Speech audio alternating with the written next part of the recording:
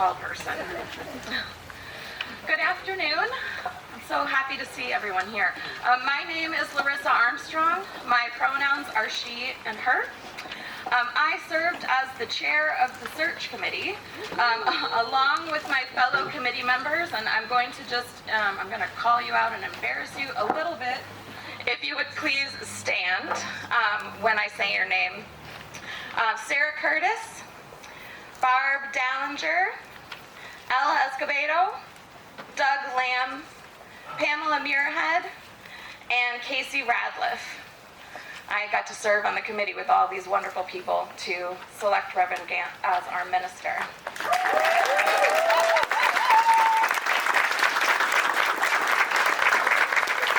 Okay, you guys can sit back now.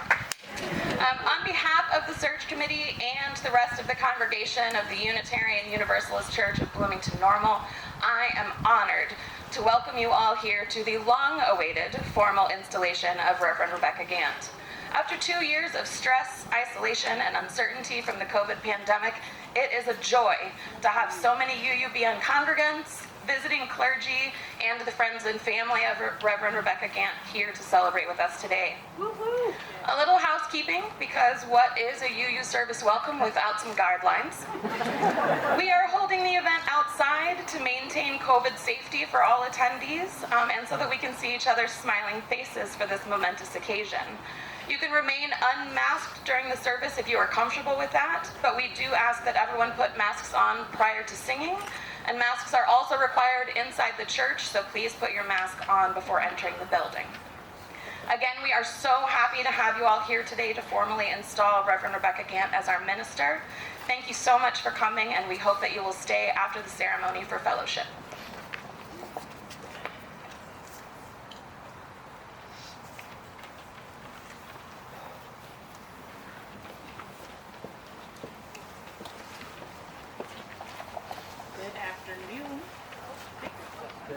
Oh, good afternoon, you Church of Bloomington Normal. My name is Reverend Marcus Foliano, and I'm so thrilled to be here with you today. This was my first congregation 10 years ago, where I was introduced to Unitarian Universalism, and today I'm thrilled to be here on behalf of the President of the Unitarian Universalist Association, the Reverend Dr. Susan Frederick Gray, and all of our staff at our national organization. This is a thrill to be able to be here for this moment. We at the UUA are supporting our congregations for vital ministry and training up our leaders for the future. And this is one of those opportunities that we're able to hold our congregations, the system, for finding our ministers. And we are thrilled to be with you all today.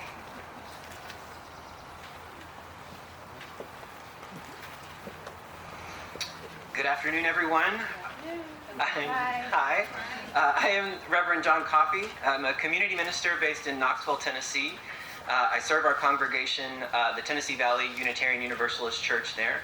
I also work for Meadville Lombard Theological School, both mine and Reverend Rebecca's alma mater. Reverend Rebecca has been a friend of mine and a colleague for over 12 years. It doesn't feel like it. Going back to our home congregation, to the Unitarian Universalist congregation of Lawrence, Kansas. I bring greetings from my congregation, from Meadville Lombard Theological School, and from a shared friendship that in many ways symbolizes the manner in which so many paths of Unitarian Universalism in our tradition meet and mingle and separate, diverge, and come back together again.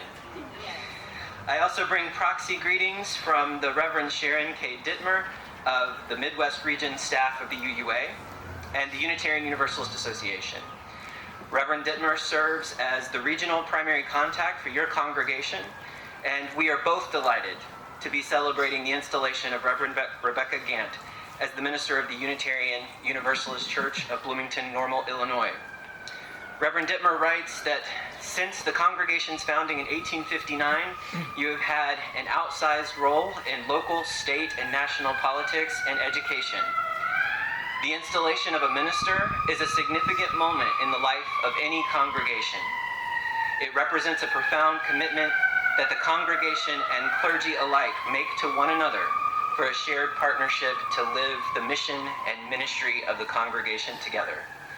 May this be a momentous day for both minister and congregation alike, and as so many paths meet and merge on this joyful occasion. Good afternoon, I'm Rabbi Rebecca Duval, and it's so good to be here with all of you. On behalf of the McLean County Interfaith Alliance, we warmly bless and welcome Reverend Rebecca Gant to the Bloomington Normal community. We are leaders of various faith communities here in town, and our mission is to create sacred time and space where we can all sit around the table, talk, listen, and learn from one another. In times of conflict and difficult challenges, the least we can do is strengthen the Bloomington Normal community, where diversity of faith and identity are embraced. Today we say, Buha Haba'a. Welcome, Reverend Rebecca Gant, as you join us at the table. We look forward to learning and sharing with you for the years to come.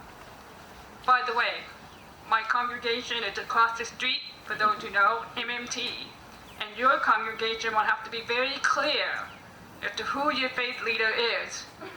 Is it Reverend Rebecca, or is it Rabbi Rebecca?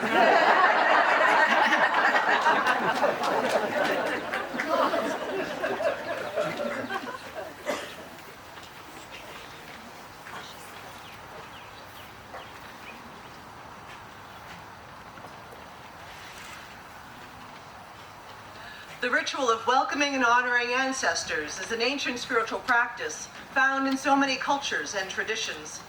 Thus, we begin this ceremony by recognizing and calling on our ancestors with our presence and their blessings.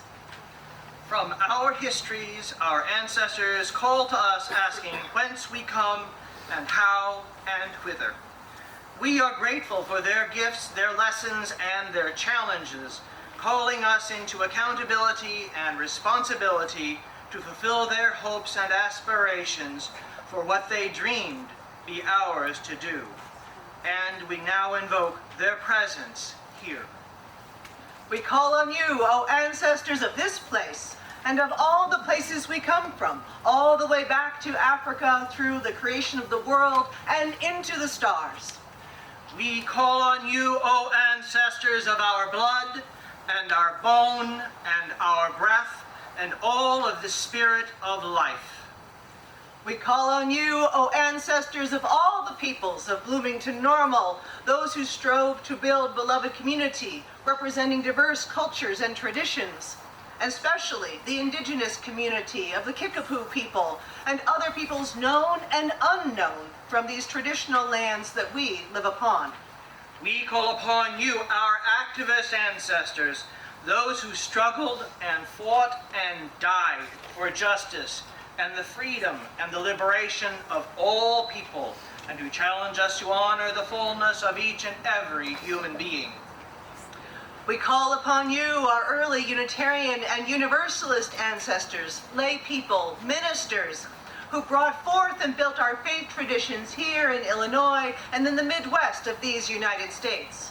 We call on you, our beloved ancestors of the Unitarian Universalist Church of Bloomington Normal, who dreamed, birthed, and nurtured this church and this community into being. We call upon you, our beloved ministerial ancestors, who taught us and handed down passionate fires of faith and hope, which are kindled in the chalices of our own ministries. We welcome you, O great cloud of witnesses, to join us here and now for the installation of the Reverend Rebecca Gant. O ancestors, we ask you to bless this ministry, this sacred covenant between this minister and this congregation, so that they may grow together in wisdom and strength to do the work of our faith in this world.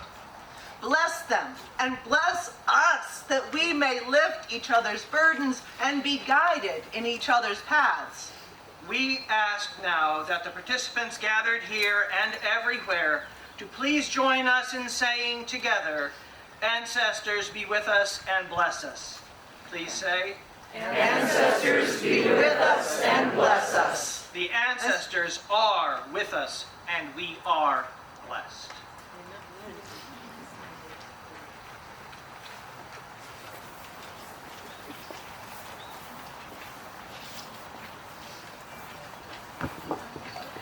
We light this chalice flame this afternoon to remind us to be present in this moment, the link between what was and what yet shall be.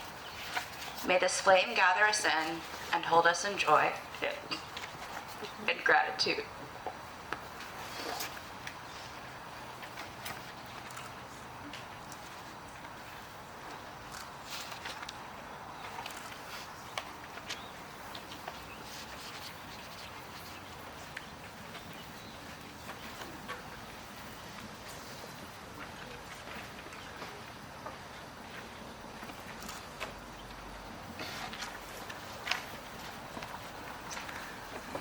I'm Sharina, Director of Lifespan Religious Education. My pronouns, there we go. My pronouns are she, her, and I have a story that I'm gonna need a little help telling. Now, Ella and Lizzie have already volunteered to be the river, so if they could come on up. Since Ella is my daughter, I often say she was voluntold, but I really do ask. We are a consent-based family. She is allowed to say no.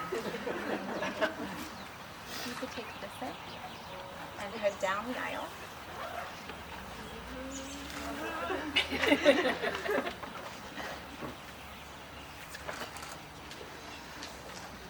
Just stand down the aisle. There you go.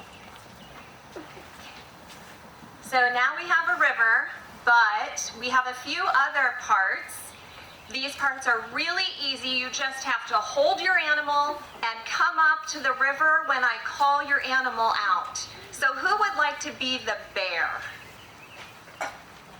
The story gets longer the longer it takes. Oh, Joe, you said you wouldn't. I appreciate you.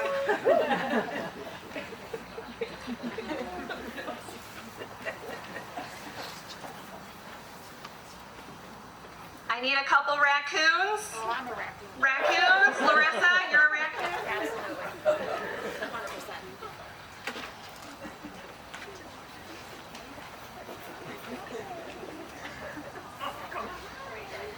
I need some turtles. Turtles, Mercy's gonna be a turtle. I see someone else. Kojo's gonna be a turtle. Do I have to walk slowly?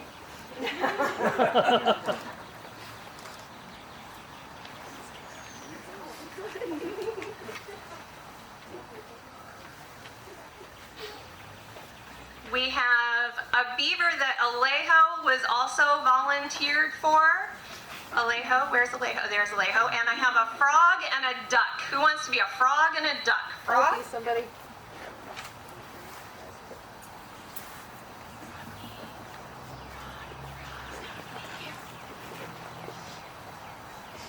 Okay, so when I call your animal name, you'll come up and join the river. But what about everybody else? You can't just sit there. No. Okay, so there's a part of the story where I'm going to say, "Oh no, what's that up ahead?" And you're going to respond with shock and surprise. But we're going to practice that.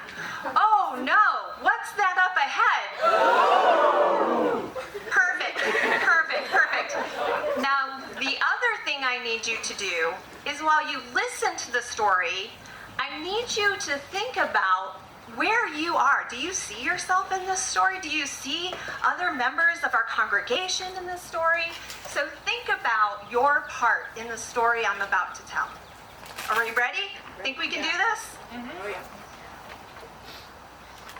Bear came along. Once there was a river that flowed night and day. It flowed. It flowed. Gentle river, night and day. But it didn't know it was a river until Bear came along. Bear was just being curious when he realized what the river could do. But he didn't know he was on an adventure until Froggy hopped on. Froggy hopped on. Froggy was a lonely frog who was looking for a friend, but she didn't know how many she had until the turtles showed up.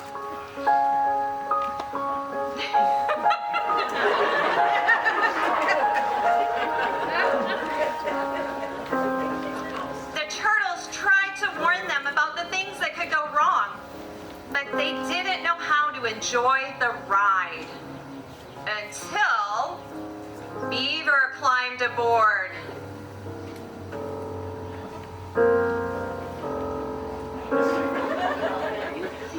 Beaver was born to captain.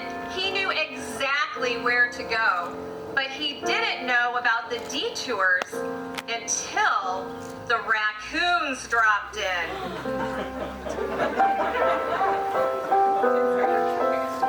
The raccoons were so excited about the twists and turns ahead, but they didn't know they had to be careful until they crashed into Duck.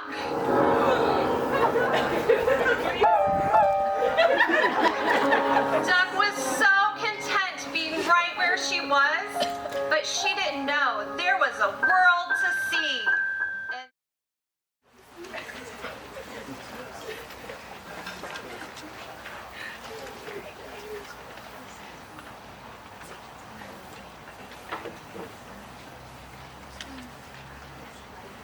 boy, I wish I had a puppet or something. Our reading today is a poem by Marge Piercy entitled "To Be of Use."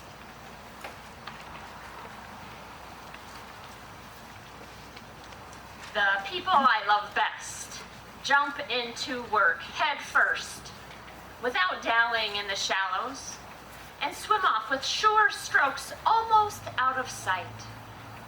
They seem to become natives of that element, the black, sleek heads of seals bouncing like half-submerged balls. I love people who harness themselves, an ox to a heavy cart, who pull like water buffalo with massive patience, who strain in the mud and the muck to move things forward, who do what has to be done again and again. I want to be with people who submerge in the task, who go into the fields to harvest and work in a row and pass the bags along, who are not parlor generals and field deserters, but move in a common rhythm when the food must come in or the fire be put out. The work of the world is common as mud. Botched, it smears the hands, crumbles to dust. But the thing worth doing well done has a shape that satisfies, clean and evident. Greek amphoras for wine or oil, Hopi vases that held corn, are put in museums, but you know they were made to be used. The pitcher cries for water to carry, and a person for work that is real.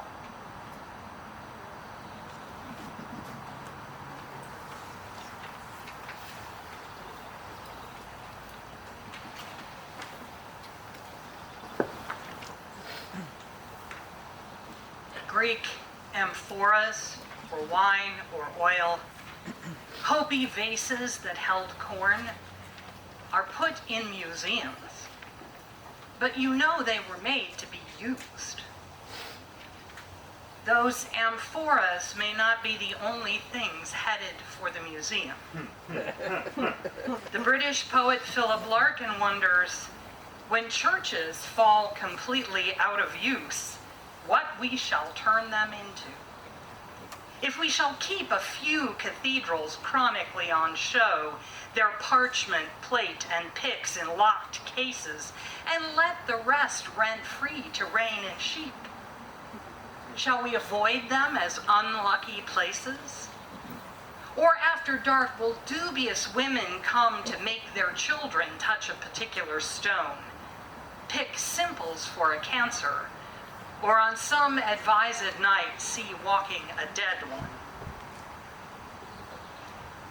I should confess that there is a certain self-consciousness standing here in the waning years of my own ministry to ponder the future of the institutional church. We are, after all, gathered here to celebrate the formation of a covenant and the launching of a journey in the context of formal religious community, which only makes any sense if we expect that institution to endure somehow, meaningfully, into the future, and to continue to require specialized leadership. The arguments against that expectation are plentiful, and they arose in their latest forms well prior to the advent of the COVID pandemic, although that historical landmark has amplified some of them. We who have been practicing the vocation of religious leadership during the course of this cultural watershed, including Rebecca, have cause to be aware that the landscape of faith community has shifted around us in unprecedented ways during this time. We must be about the business of reorienting ourselves now. What has changed irretrievably for our people and for our communities? Do they need something different from us? And if so, what is it? Are there basics we can go back to that have not changed? How have we altered as people? Or has our role as clergy in community and society shifted? Is our guidance still important? Or have we been rendered irrelevant in this secular technological age? Does the sacred space that we curate, and I use that word advisedly, matter anymore. Let me be clear that I do not see any occasion to suppose that the essential nature of the human condition has been altered.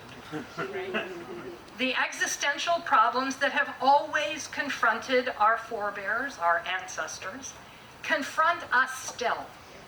Death, suffering, desire, meaning, promises, choices, power, aspiration, love.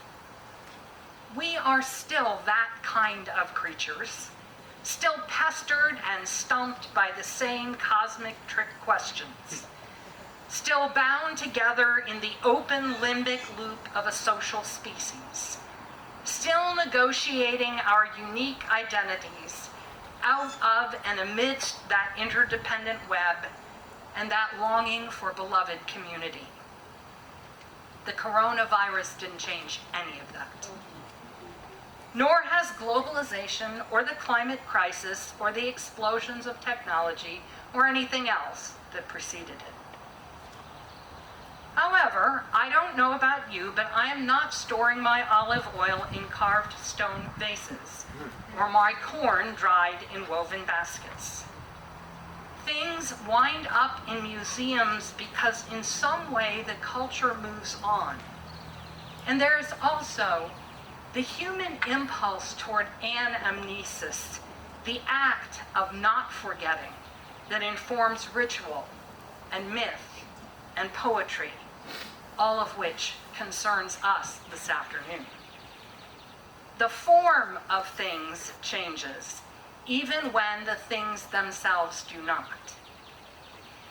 So let us consider what Larkin calls later in his poem about church-going, this accoutered, frowsty barn, which he claims once held marriage and birth and death and thoughts of these. Back in the day when I began as a minister, weddings, for instance, were a frequent element of this work. Occasionally for our own church members, of course, but far more frequently for couples who either had no church affiliation of their own or were in circumstances like second marriages, living together or already having a child together, or racially or religiously mixed couples such that their most familiar church or denomination refused to celebrate their marriage. I enjoyed those weddings, even with their often elaborate preparations, because I took satisfaction in helping people to experience what a liberal, accepting religious community could offer, and the value that competent ministry could add to their experience of getting married. Today, I can count on one hand the number of weddings I am called upon to perform in a year for people not already connected to our congregation. And recently, the most of those have been for couples experiencing homelessness, who find that their bureaucratic chances for subsidized housing are better if they can show that they are married. Couples who have no pre-existing personal or family church affiliations are being married by their professors, their relatives, their bosses, their friends, or their DJ, or whatever judge is available at the courthouse. And of course, lately, as with everything else, online. The carved out sacred space of the church just isn't relevant in the way it once was. I am far more likely to be asked something like, my granddaughter wants me to do a reading at her wedding. Can you suggest some appropriate options? The same phenomenon is occurring somewhat more slowly with regard to funerals and memorial services. I suspect that when the generation that has substituted wedding planners and event spaces for sanctuaries and clergy in their marrying come to plan their own departures from this life or to make their arrangements for loved ones, the choice will divide about evenly between funeral homes and favorite bars, with friends and relatives pressed into service as DJs. We long ago stopped laying our loved ones to rest in the church-side graveyard where burying was a physical act that served to metabolize grief for all present, and where their proximity maintained a sense of continued connection between the dead and their living community. Now, the neatness of cremation eliminates the unwieldiness of coffins and the time pressure of decomposition. The expectation of sacred space dedicated to the contemplation of mortality, either one's own or others, is likewise evaporating. The death professionals are taking over from the multi-purpose minister, and one more strand in the web that once connected the cradle to the coffin is severed. I wonder, when churches fall completely out of use, what we shall turn them into. Rebecca, it is not my intention to be the raven's croak of doom, nor was it Larkin's message either. Rather, he observes of the accoutered frowsty barn he is visiting that it pleases me to stand in silence here. And he continues, a serious house on serious earth it is, in whose blent air all our compulsions meet, are recognized and robed as destinies. And that much never can be obsolete, since someone will forever be surprising a hunger in himself to be more serious, and gravitating with it to this ground, which he once heard was proper to grow wise in, if only that so many dead lie round. This, it seems to me, is the work of religious community, whatever form it may take in the culture of the time, to curate the practice of reverence that can satisfy our eternal, surprising hunger to be more serious, and to provide the ground that is proper to grow wise in.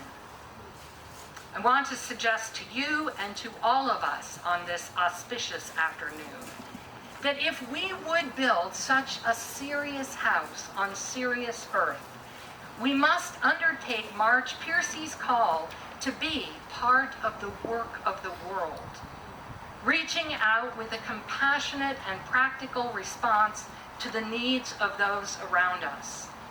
Without that commitment to lived reverence, we shall never reach life's deepest and highest wisdom, either individually or collectively. Such service to others may or may not change the world. What is certain is that it transforms those who do it. The church must be a place that summons us to generosity and action on behalf of others, not stridently, but with a gentle, persistent witness that this is the tangible mission that weaves the enduring bonds of community. Also, when we seek to grow wise, it helps to be surrounded by things of lasting value, to have a history and a heritage. It helps to have before us examples of excellence, beautiful objects, fine craftsmanship, and attention to detail and quality that makes something worth preserving for a long time, even when its original purpose was mundane, like those Greek amphoras and Hopi baskets. We must build for lasting beauty in our relationships, in our architecture, in our language, in the artifacts of our common life. And we must know and honor the stories of what binds us together in that common life through a shared history. We need the legacy of great deeds that inspire us, of heroes who show us by their example what human excellence is and what we ourselves might yet become. These aspirations are the beginning of our growing wise, and the place where they are held enduringly important is a place proper to grow wise in. Another element for the building of our serious house is a commitment to the value of reverence. It is through reverent use of authority that the deepest teaching and the most authentic leadership is accomplished. It is reverence that robes our recognized compulsions as sacred destinies. Reverence that holds marriage and birth and death and thoughts of these in an enduring and equable balance. The hunger to be more serious begins in the recognition that there are forces at work in life larger than our own individual wills. And to grow wise is to know that happiness and integrity are found in cooperation with those forces. A place proper to grow wise in holds that awareness quietly and steadily before our eyes, and those who exercise authority within it never forget that to lead is to serve. Along with their elegant wine jars, the ancient Greeks produced a philosophical concept named sophrosone. This word is often mistranslated as temperance, but what it really means is self-knowledge in the service of self-control. This is the fruit of the inner life of spiritual maturity, that we come to understand our own motivations, temptations, longings, and fears, not for the sake of satisfying or alleviating them, so much as that we may make our choices freely, not held hostage by our own unexamined impulses. Thus it is that our compulsions meet, are recognized, and robed as destinies. We shall grow wise together as we learn to see clearly into our own hearts through the process of reverent reflection that is the unchanging purpose of spiritual practice in covenant community that never can be obsolete. My friends, today we celebrate, belatedly but nonetheless gladly, the commencement of a ministry. This is a sacred celebration, a time not only for rejoicing, but also a moment proper to grow wise in. May it be for all of us a renewal and a deepening of our commitment to the work of reverence and spiritual growth, and to the safeguarding of all that is of enduring beauty and worth. May we be about the task of building that serious house on serious earth, where puzzled folk, minister and people both together, may bring our own surprising hunger that never can be obsolete, to be taken seriously in our quest for wisdom, for lives that matter, for the work which is the most real and sacred thing that we know.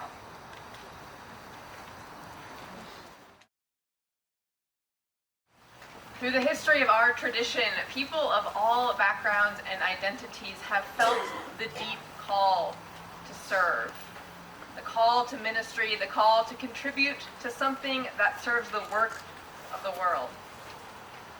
And yet, until recently, this sacred work, the role that this congregation is entrusting to Reverend Rebecca, was only available to the elect few, the white, the male, the middle or upper class. And as a result, who knows what countless voices we missed out on over the centuries.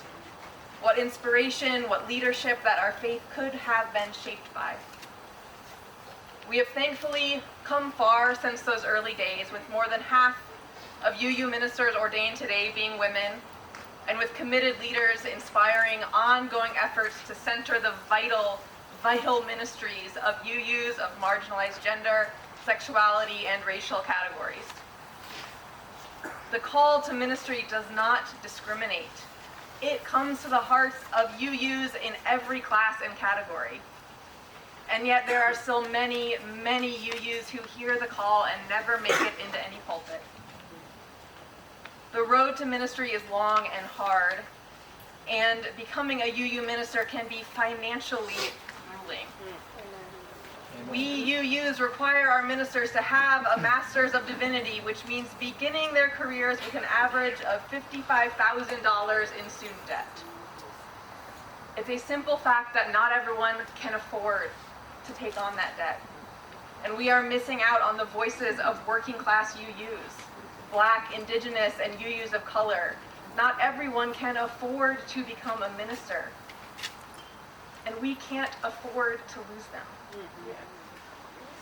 It is terrible to know that there is immeasurable potential and invaluable lives we will never get to see come to their full fruition. And don't you wish there was something we could do? Thankfully, blessedly, there is. The Living Tradition Fund provides scholarships to UU seminarians, financial support to UU religious professionals facing crushing debt or family financial crises. It's a fund that has saved the careers, the sanity, and the lives of countless UU ministers. Amen. Voices our tradition otherwise would never have had a chance to hear. Today we will pass the plate, and what we collect will be split between the Living Tradition Fund and the Black Lives of UU Organizing Collective, another UU organization providing real, needed, practical support to leaders facing barriers within our faith tradition. Reverend Rebecca is overjoyed to be installed here today as your minister. This is a beautiful milestone in her long path to ministry, and she is not someone to pull up the ladder behind her. She instead wants to dedicate this moment in her own journey to helping those who are striving to follow the same path. She's a generous spirit, and I know that all those she has gathered here are capable of great generosity as well. Here is my wish, that each of us here today finds a way to be even more generous than we had planned when we left the house this rainy morning. If you were going to write a check for $50, make it $100. If you were going to put $10 in the plate, pull out a 20 or two 20s. This is a celebration of the ministry that this congregation will share with Rebecca.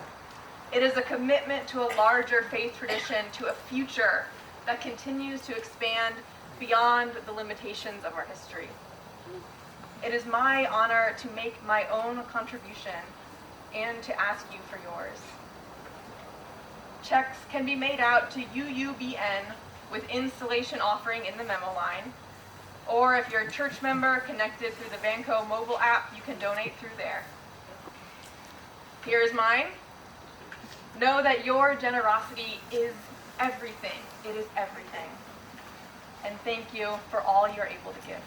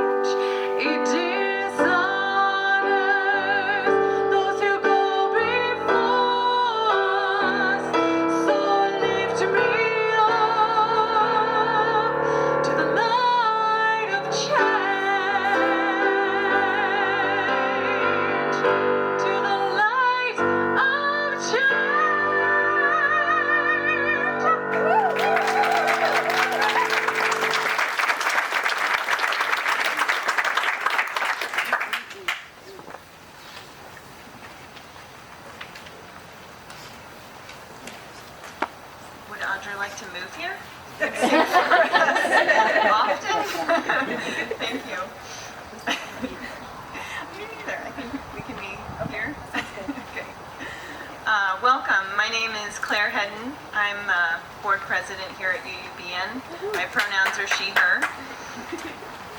Today we gather to install the Reverend Rebecca Gant as the 26th settled minister of the Unitarian Universalist Church of Bloomington Normal. Reverend Rebecca's journey to us includes the loving support of other UU congregations, family, friends, and colleagues. We are reminded that UUBN is fortunate to be part of the larger web of UU religious community. With this act of installation, we rededicate ourselves to the larger living tradition of Unitarian Universalism.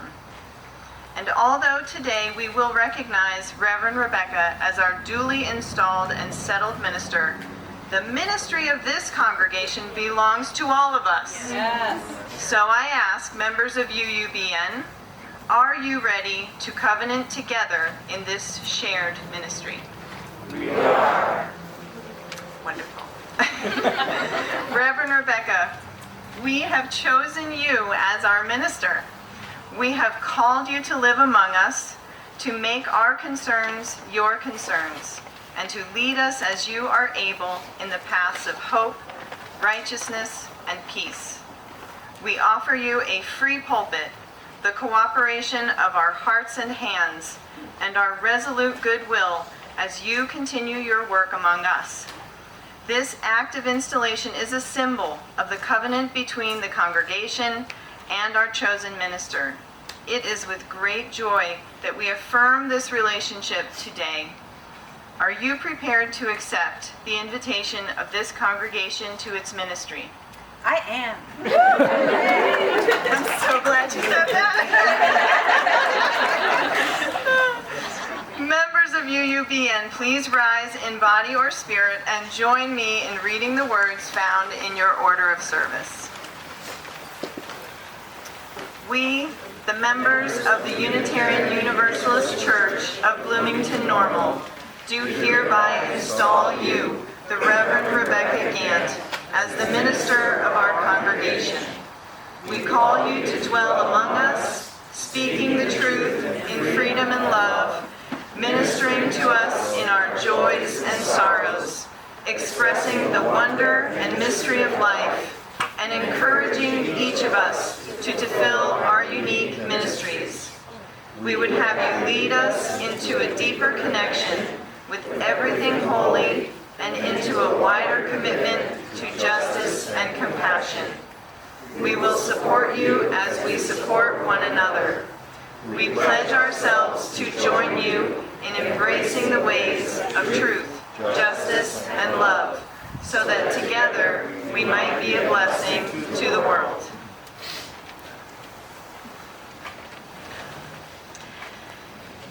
With profound gratitude for the many who have come before me, I joyfully take up the ministry to which you have called me. I pledge myself anew to a love which has no limit and requires me to do justice, practice mercy, and walk humbly upon the earth. I offer my hands and my heart to the work of compassion, co-creation, cooperation, and companionship. May I be worthy of your trust as we go forth into a future of hope and possibility. Will all who wish to add their love and encouragement to this ceremony please rise in body or spirit and join in affirmation of this installation. In the beauty of this spring afternoon, we, the gathered congregation of friends, family, and colleagues, recognize and affirm you as the minister of this congregation. We rejoice with you on this occasion and offer you our continuing prayers, friendship, and support. May your ministry be a blessing to this congregation and to the world. And let the people say, Amen. Amen.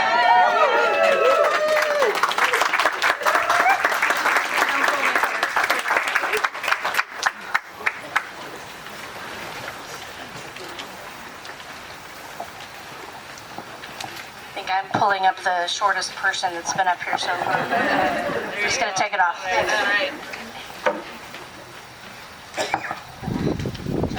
Too many things, not enough hands. I'm Reverend Sarah Oglesby Dunnigan, and it's a pleasure to be with all of you today. We're going to embody what we just said. So you've heard the words of the installation for Reverend Rebecca Gant and this congregation, and I invite you now to help us embody this commitment in a ritual of shared ministry that includes all of us. So I'm going to invite you because the covenant we celebrate today is also a covenant of our shared faith community. Each of us is woven into the fabric of this tenacious love and its quest for justice, which we live into together, a garment of the beloved community. So I will invite each of you to embody these connections as I invite you to join Reverend Rebecca and her community in a laying on of hands. When I call on you, you can join by standing and coming forward to lay a hand on the shoulder of someone in front of you, but you need not move from your seat, and you may opt to send and receive the energy of love in this web of loved ones by simply holding your hands up. So if it works for you to come forward and touch the shoulder of someone in front of you, do that, or do it from where you're sitting. If it works for you to sit where you are and hold your hands up, do what's comfortable for you. And I want to begin first by inviting Claire to come join Rebecca. Yeah, come on in front. And just lay your hand on Rebecca's shoulder. And I want to invite Joe to come forward. Your partner in life and in ministry. And I want to invite any family of Rebecca's to come join Joe on her right side, in whatever way works for you.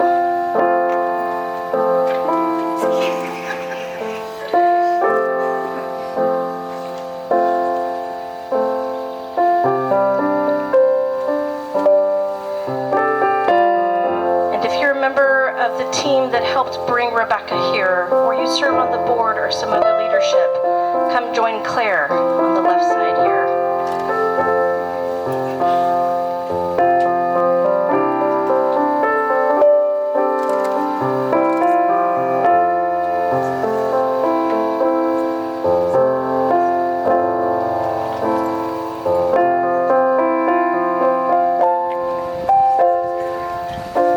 Out however you want. There's plenty of room back here too if you want to pull the train back around here. Colleagues who are here, I invite you to join as well, and you may want to come in around the back side here. Friends and colleagues from all over the country who've traveled from many places to be here, from Kansas and Illinois and Georgia and Michigan and Wisconsin and Colorado. So many places. Please join us in the web. And now any members of this community, folks from UUBN, folks connected to UUBN's work, find your way to be connected either from your seat with your hands in the air or come touch somebody's shoulder, however you want to connect in.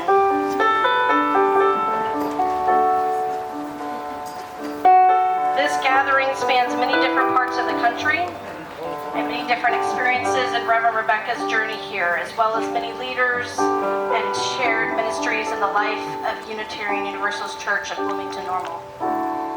This is the shape of shared ministry, the vessel that carries our love and aspirations and prayers into the work we engage and the relationships we grow. May we too move in common rhythm when the food must come in or the fire be put out. When we are needed. May we too see more clearly and be more wise. May we too let the winds of change move us and remind us of the things worth doing well. Let us be the ones to carry the water, to share the work, this everyday work that is ministry, that is love, that is holy, that is real. May this partnership be one in which all remain open and willing to do the work of shared ministry maintaining its sense of hope in honor of those whose legacies we inherit and hope to fulfill. May we too offer our hands and our hearts to the work of compassion and co-creation, cooperation and companionship, in the name of all that is holy and the service of all that lives. May we each and all be lifted to the light of change. Amen. Blessed be Ashe. And move carefully back to your seats.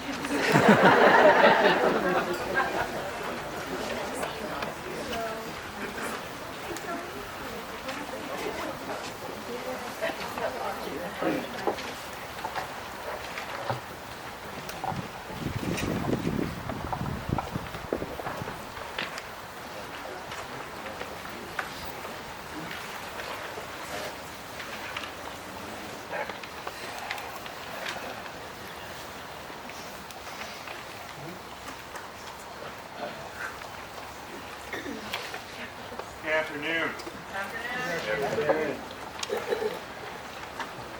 I'm the Reverend Dr. Matthew Johnson. I serve our congregation in Rockford, Illinois. And I first met Rebecca when she was a student at leadership school 11 years ago. We took a walk to talk about what it meant to become a minister. I was not the first one to say, when do you begin seminary? But in a long chain of folks who recognize that potential, and boy, it's a pleasure to be here today. Also say that 19 years ago, Reverend Dr. Kendall Gibbons preached on that text, Church-Going by Philip Larkin, at my ordination and installation. And that weaving together, you mentioned, John, of these folks who are here, and you're part of that community, that ongoing quest to discover what is wise in us and one another. To be hopeless would seem so strange. It dishonors those who go before us, so lift me up in the light of change.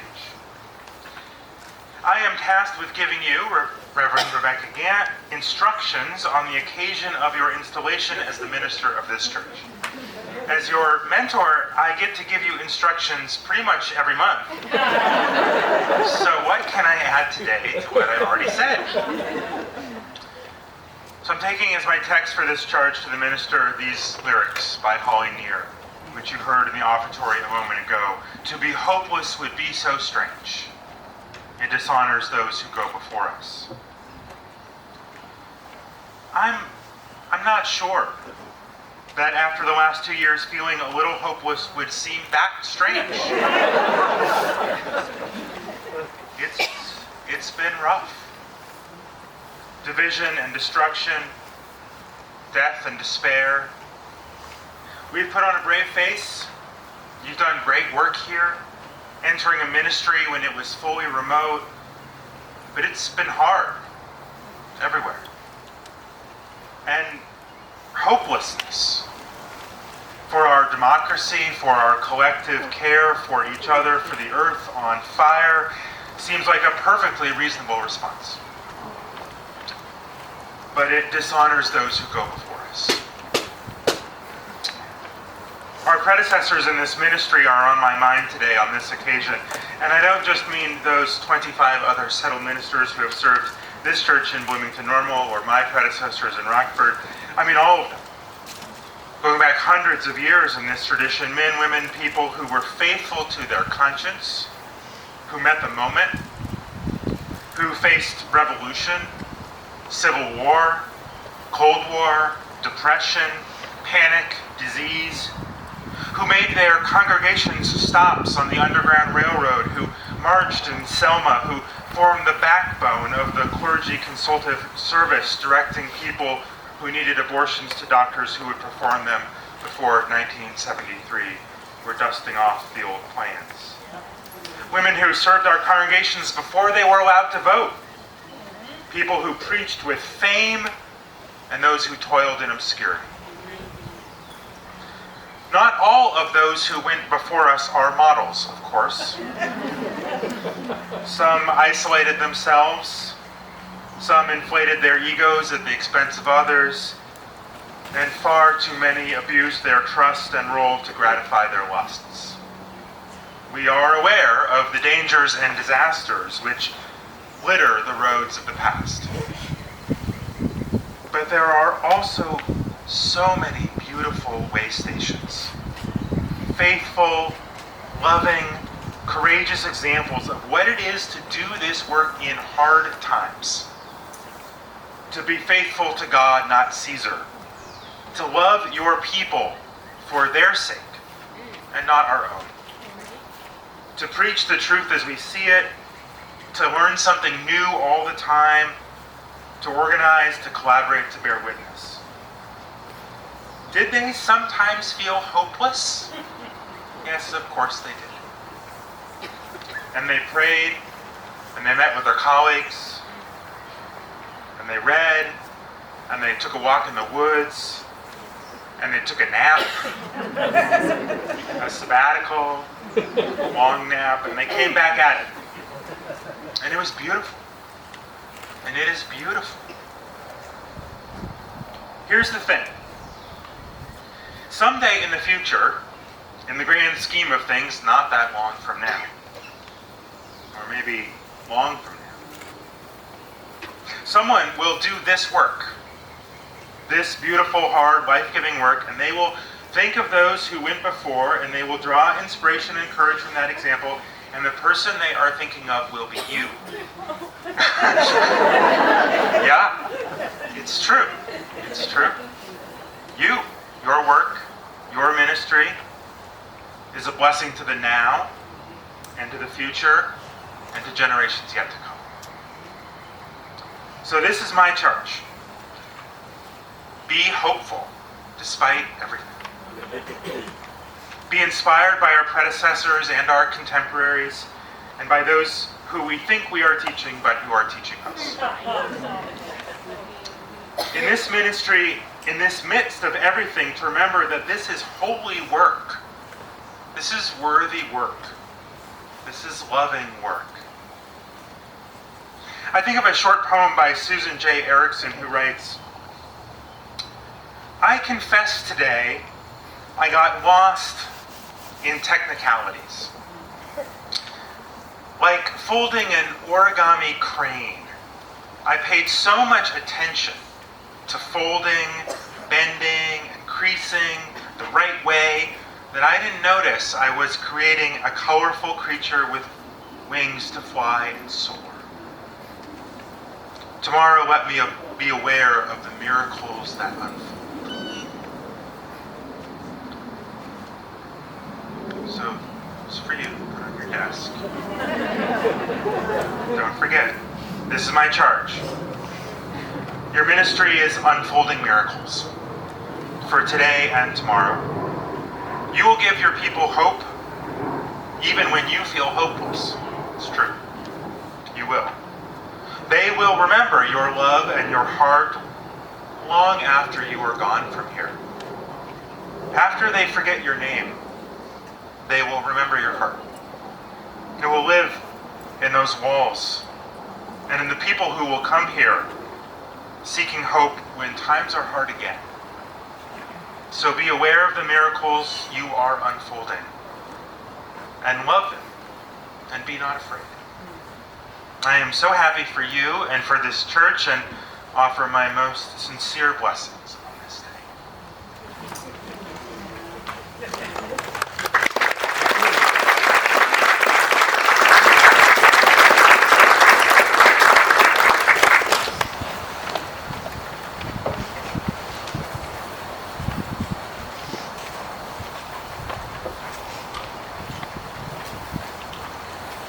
This is a big day for all of us.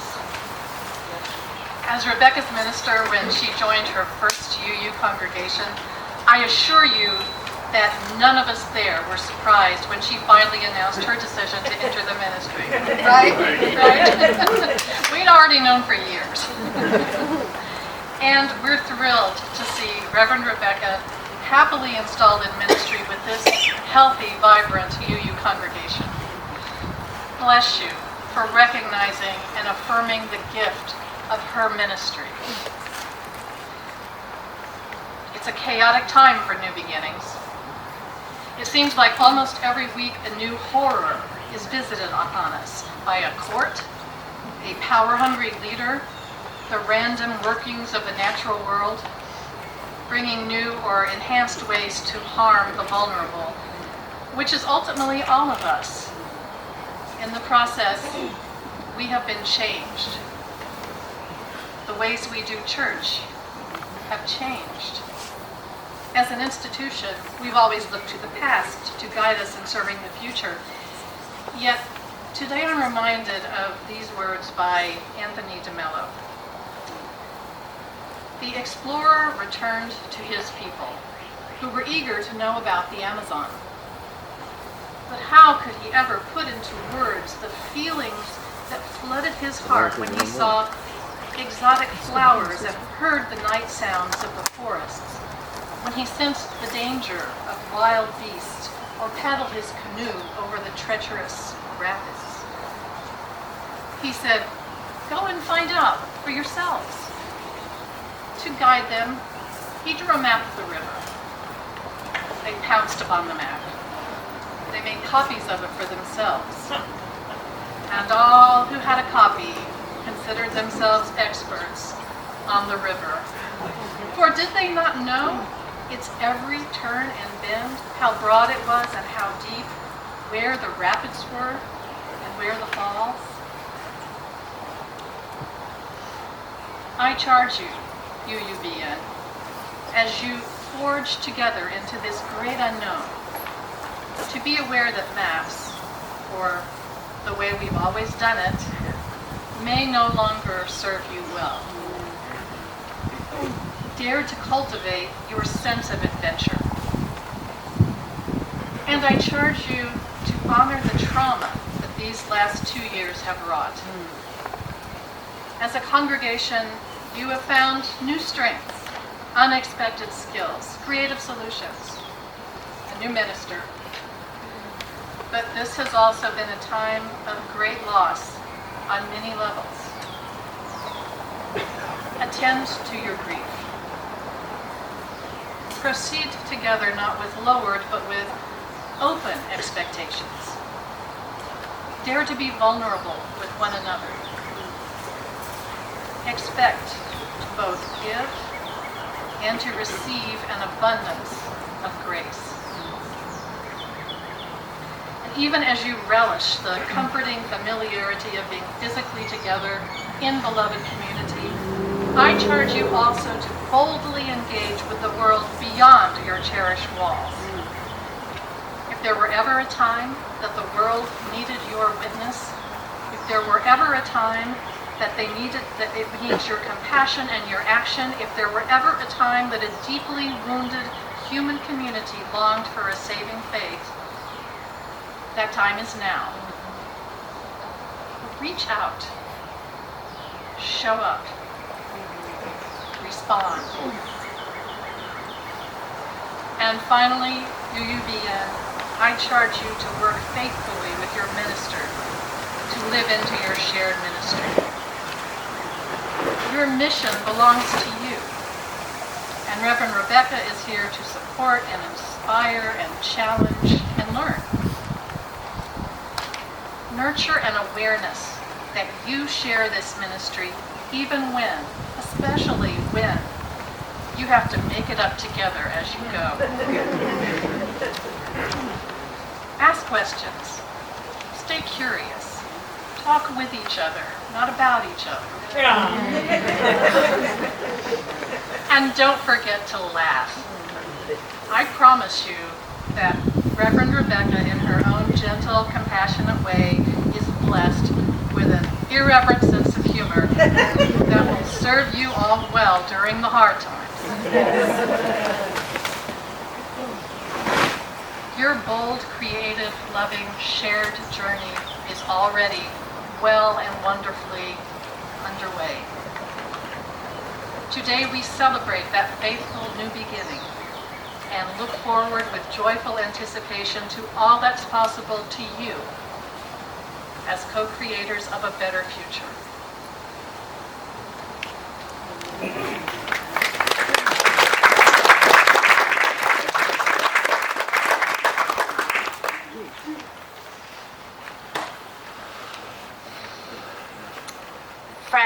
us sing together again. Please put your mask on to protect yourself and those around you. And let's rise in body or spirit and sing Life Calls Us On. The lyrics are in your order of service.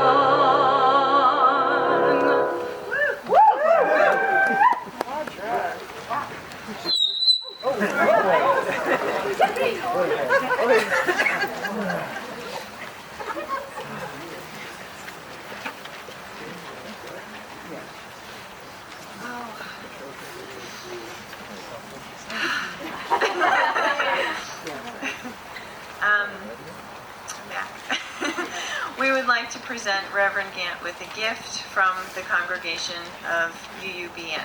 Reverend Gant, will you join me?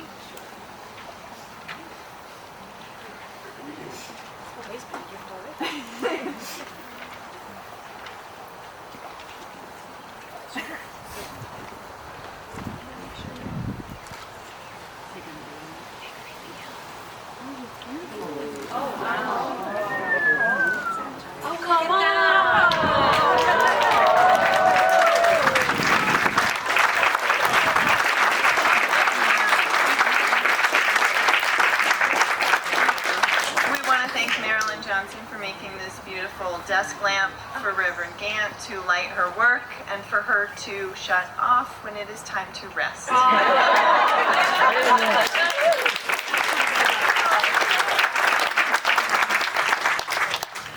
On behalf of the religious education families, from your first day, you included families, children, youth, and young adults in your worship and in decisions you made. You, from the very beginning, said, You were a huge supporter of our whole life sexuality education. You wanted to know how we could do more than our welcoming congregation renewal required. And when I came to you and said, can we do the Gender Expansive Resource Center with Prairie Pride Coalition so that we can support our transgender community, you said, when can we start? And so this seems like the perfect gift from our RE families. You'll be surprised, I'm sure. It's hard to surprise someone when you need their measurements.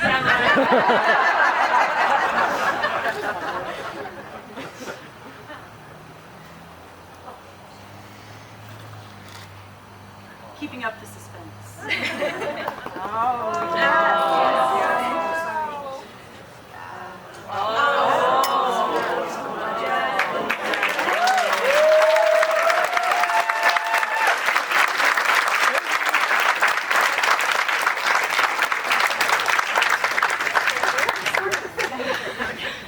Claire said that they had gifts for me, and I said, this whole day has been a gift already. Thank you.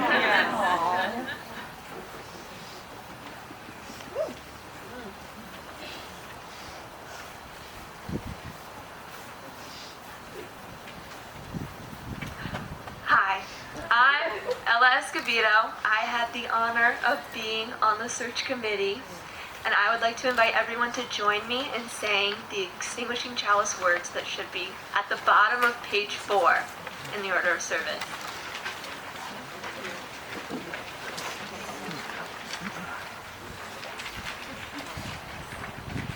We extinguish this flame, but not the light of truth, the warmth of community, or the fire of commitment. These we carry in our hearts always.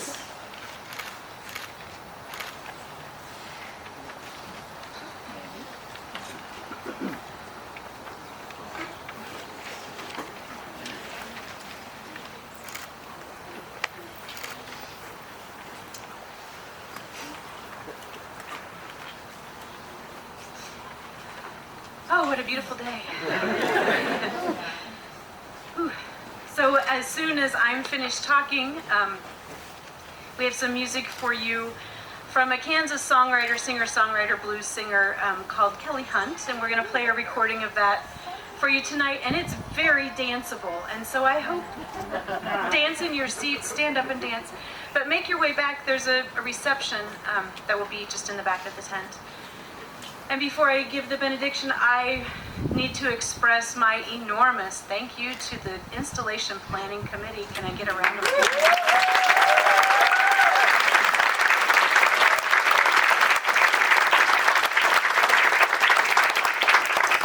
We transferred the infrastructure that exists in our sanctuary here, and that's no small feat. And every detail was beautifully realized here, and I am so appreciative.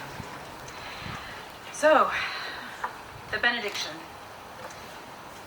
May you go from here with the blessing of this gathered community, and know that you and that we all are an integral part of the tapestry of love and miracle and mystery.